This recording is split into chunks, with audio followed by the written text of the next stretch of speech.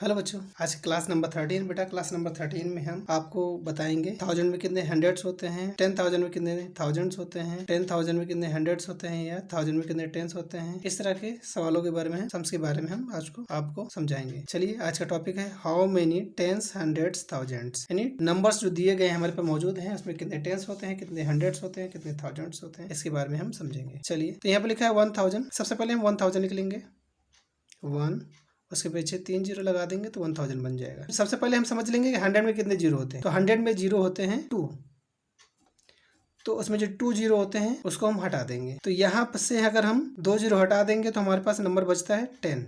क्या बचता है?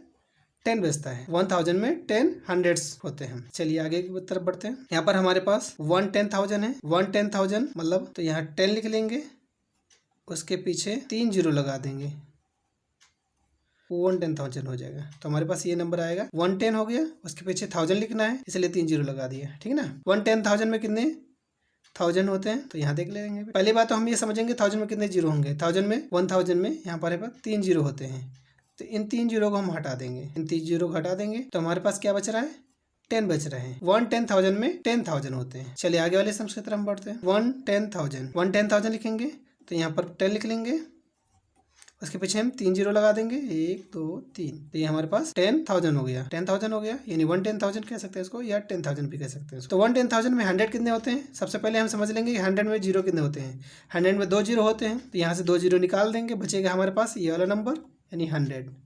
तो यहाँ पर हम नोट कर लेंगे 100। 1 10,000 में 100 हंड्रेड्स होते हैं। तो बेटा ये वाला हमारा सम सॉल्व हो गया। अब आगे वाले सम्स की तरफ बढ़ते हैं। यहाँ पर हमारे पास दे रखा है 1000 यहाँ पर लिख लेंगे 1 और उसके पीछे 3 जीरो, तो हमारे पास 1000 हो जाएगा। 1000 में कितने टेंस होते हैं? अब ये हम समझ लेंगे 10 में कितने जीरो होते हैं। 10 में जीरो होते हैं 1, यानी 1 जीरो होता है 10 में, इसलिए 1 जीरो को हटा देंगे, बचेगा हमारे पास 100। तो यहाँ पर हम 100 नोट कर देंगे। तो 1000 में 100 टेंस होते हैं। कितना होता है? 1000 में 100 टेंस होते हैं। चलिए आगे की तरफ बढ़ते हैं। हमारे पास लिखा है 1 लाख। सबसे पहले हम 1 लाख लेंगे। किसी भी नंबर को लाख लिखने के लिए उसके पीछे 5 जीरो या 5 संख्याओं का होना जरूरी है। तो 1 लाख है, इसलिए इसके पीछे 5 जीरो लगा लेंगे। अब ये नंबर 1 लाख बन गया। चलिए इसको कैसे लिखना है? 1 लाख में क्या पूछ रहा है? हंड्रेड्स पूछ रहा है। 1 लाख में कितने हंड्रेड्स होते हैं? तो हम ये समझ लेंगे कि 100 में कितने जीरो होते हैं। 100 में होते हैं 2 जीरो, तो 2 जीरो को हम यहाँ से हटा लेंगे यहाँ पर, इसलिए हमने लाइन खींच ली। उसके बाद जितना भी नंबर बचता है वो हम लिख देंगे। हमारे पास बच रहा है 1000, ठीक है ना। तो 1 लाख में 1000 हंड्रेड्स होते हैं। 1 लाख में कितने हंड्रेड्स होते हैं? 1000 हंड्रेड्स होते हैं। चलिए आगे की तरफ बढ़ते हैं। 10 लाख यहाँ लिखा है तो 10 लिख लेंगे। किसी नंबर को लाख लिखने के लिए हमने बताया था ना, उसके पीछे 5 जीरो का होना जरूरी है ना। 10 लाख है तो 10 के पीछे 5 जीरो लगा लेंगे, 1 2 3 4 5। अब 10 लाख हो गया। चलिए इसको समझते हैं। 10 लाख में कितने थाउजेंड्स होते हैं? पहले बात हम समझेंगे 1000 में कितने जीरो होते हैं। 1000 में जीरो होते हैं 3। कितने जीरो होते हैं? 3 जीरो होते हैं। तो 3 जीरो को हम हटा लेंगे, बचेगा जो भी यहाँ पर वो नोट कर लेंगे।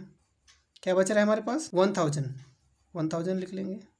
तो 10 लाख में कितने थाउजेंड होते हैं? थाउजेंड्स होते हैं। तो 10 लाख में थाउजेंड्स होते हैं। इस तरह बेटा हमारे पास ये जो सम्स था कि कितने नंबर में कितने 1000 होते हैं या कितने टेंस होते हैं या कितने हंड्रेड्स होते हैं, इसको हमने यहाँ पर समझा है। अगर इसमें से कोई चीज समझ में आपको नहीं आई हो तो आप हमको कमेंट करिएगा, तो आप उसको हम डिटेल में समझा देंगे, ठीक है।